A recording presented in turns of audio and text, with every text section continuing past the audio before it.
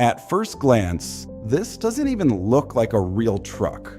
It looks like something a kid would sketch in a notebook. And yet, in Japan, you can actually buy one for around $3,000, less than what many Americans spend on a single month of truck payments.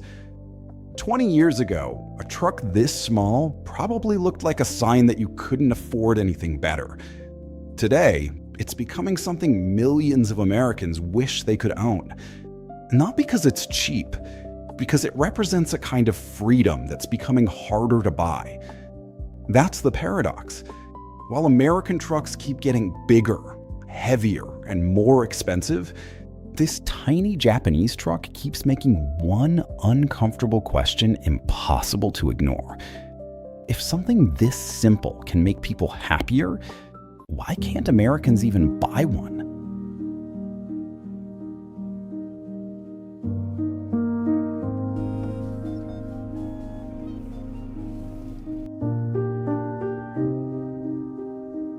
The $3,000 truck that shouldn't exist.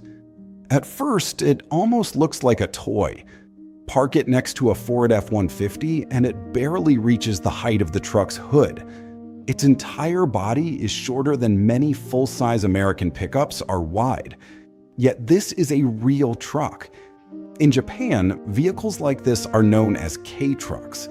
They were never designed to impress anyone. After World War II, Japan needed vehicles that were inexpensive to build, easy to repair, fuel-efficient, and small enough to navigate narrow streets and tiny villages. Instead of asking how big a truck could become, Japanese engineers asked a different question. How small could a truck be before it stopped being useful? The answer became one of the most practical vehicles ever built. A tiny engine, a simple manual transmission, almost no unnecessary electronics, a cargo bed that can haul tools, furniture, motorcycles, camping gear, or even farm equipment. Everything serves a purpose. Nothing exists just for appearance. The most surprising part isn't its size, it's the price. In Japan, older K-trucks can often be found for around $3,000. That's less than many Americans spend on a single monthly payment for a brand new pickup. For the price of 1 year's truck payments in America, someone in Japan could own the truck outright, fill it with fuel, and still have money left for an adventure. Which makes the next question almost unavoidable. If something this useful really exists, why don't we see them everywhere in America?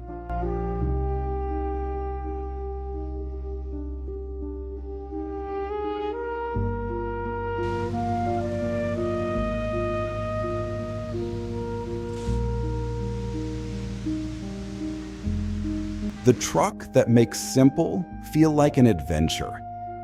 The answer isn't horsepower, it isn't towing capacity, and it certainly isn't luxury. The real attraction begins after the engine is turned off. Watch almost any Japanese camping video featuring one of these tiny trucks. The destination hardly matters. Sometimes it's a quiet beach, sometimes a mountain road, sometimes nothing more than a small campground beside the ocean. The truck simply becomes part of the experience. A folding table appears from the cargo bed, a tiny charcoal grill, a kettle begins to boil, coffee fills the air. Dinner cooks over an open flame, while waves roll onto the shore just a few yards away. There are no giant televisions, no leather massage seats, no 30-speaker sound systems, no oversized touchscreens demanding attention. Just a small truck, and enough room to slow life down. One creator even transformed a tiny Daihatsu Midget 2 into a miniature camping machine. He built a simple wooden platform behind the truck, placed a small tent on top, cooked dinner beside the sea, woke up to fresh air, birds, and the sound of the ocean. By American standards, it almost looked ridiculous. By the end of the video, it looked peaceful. That's what surprises so many people.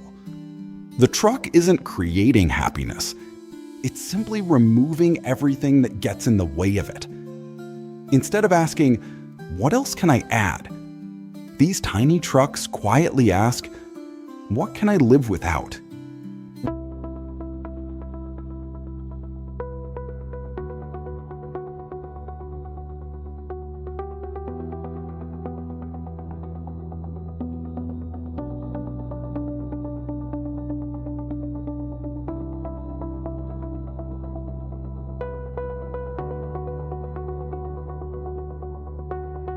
Why Americans can't buy one. Here's where the story becomes strange. The biggest obstacle isn't money, it's the rules. Many Americans discover K-trucks online and immediately ask the same question. In a race car. If they're so cheap, why vehicle don't there. dealerships sell them here? The answer has almost nothing to do with demand. Modern K-trucks generally don't meet every American safety and emissions regulation required for new vehicles. On top of that, imported light trucks face tariffs and other restrictions that have shaped the American market for decades. Only older vehicles, typically around 25 years old, become much easier to import under federal rules. Even then, registration depends heavily on individual state laws. In some states, they're welcome. In others, they're restricted or cannot be driven on public roads at all. That's the irony. A simple truck worth about $3,000 can be harder to own than a $70,000 luxury pickup. Not because it's more complicated, because the system around it is. And that frustration leads to an even bigger question. If Americans clearly love the idea of small, affordable trucks, how did the country that once celebrated simple pickups end up with some of the biggest vehicles on Earth?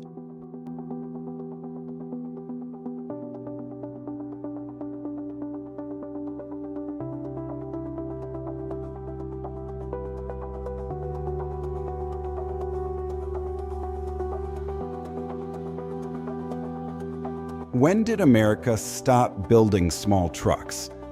For older Americans, small pickups aren't a new idea. They remember compact Fords, small Chevrolets, tiny Toyotas that seemed almost indestructible. They weren't status symbols. They were simply tools. Affordable, reliable, easy to fix, easy to own. Over the years, something changed. Safety requirements became stricter. Technology multiplied. Consumers wanted more comfort. Manufacturers discovered that larger trucks generated far bigger profits. Gradually, compact trucks disappeared. The average pickup kept growing. Higher, longer, heavier, more expensive. Today's full-size pickups are engineering marvels. They can tow enormous trailers, carry entire families in luxury, cross the country in complete comfort. But many owners rarely use even a fraction of that capability. For millions of people, the truck has quietly shifted from being a practical tool to becoming a monthly financial commitment. That is why the K-truck feels so refreshing. It isn't trying to compete. It reminds people of something America once understood. Sometimes, the best vehicle is simply the one that gets you where you want to go.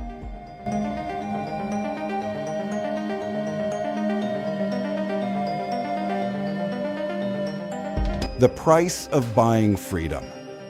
Buying a truck has never just been about transportation. It's about what that purchase does to the rest of your life. Imagine two people. One signs paperwork for a brand new pickup. The monthly payment is nearly $900. Insurance, fuel, maintenance, everything adds up. The truck becomes part of the monthly budget before it even leaves the dealership. The other buys an older Japanese K-truck outright. No loan, no monthly payment, lower fuel costs, simple maintenance. The truck may not have heated seats, but it gives something harder to measure: freedom from another bill. That difference changes how people use the vehicle. Instead of worrying about protecting an expensive investment, owners actually drive it. They explore forest roads, visit fishing spots, take spontaneous camping trips, load bicycles into the back, stop wherever the view is beautiful. The truck becomes a reason to leave home, instead of another reason to stay at work. Maybe that's why so many videos about K-trucks don't focus on specifications. They focus on lifestyles. Because the real product isn't the truck, it's the time that comes back after the payments disappear.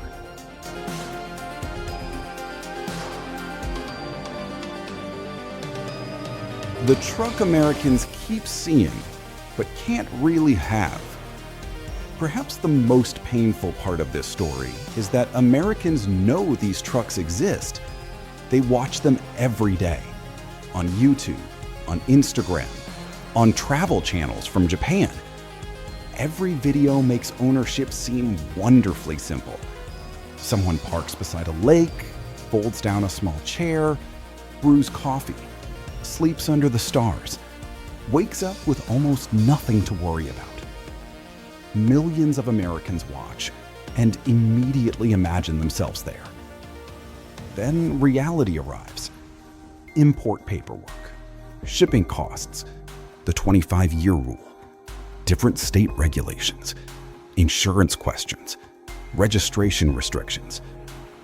Suddenly, a truck designed to make life simpler becomes surprisingly difficult to own. It's a strange feeling, not wanting a Ferrari, not dreaming about a six-figure supercar, simply wishing you could buy an honest little work truck that another country treats as ordinary transportation. Sometimes the strongest desire isn't created by luxury. It's created by knowing something simple exists just beyond your reach. Maybe the truck was never the point. The story isn't really about a $3,000 truck. It's about what Americans see reflected in it. For decades, bigger often meant better. Bigger engines, bigger houses, bigger payments, bigger expectations. Yet many people now find themselves wondering whether life actually became better or simply more expensive. The tiny Japanese truck offers no miracle.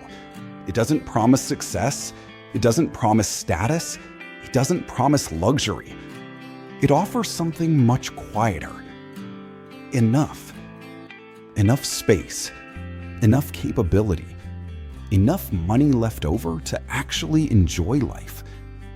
Perhaps that's why this tiny truck has become such a powerful symbol. Not because Americans suddenly want smaller vehicles, but because many are beginning to ask a much bigger question. If a $3,000 truck can remind people what freedom feels like, how much of modern life has become expensive without making us happier? And maybe that question is far more valuable than the truck itself.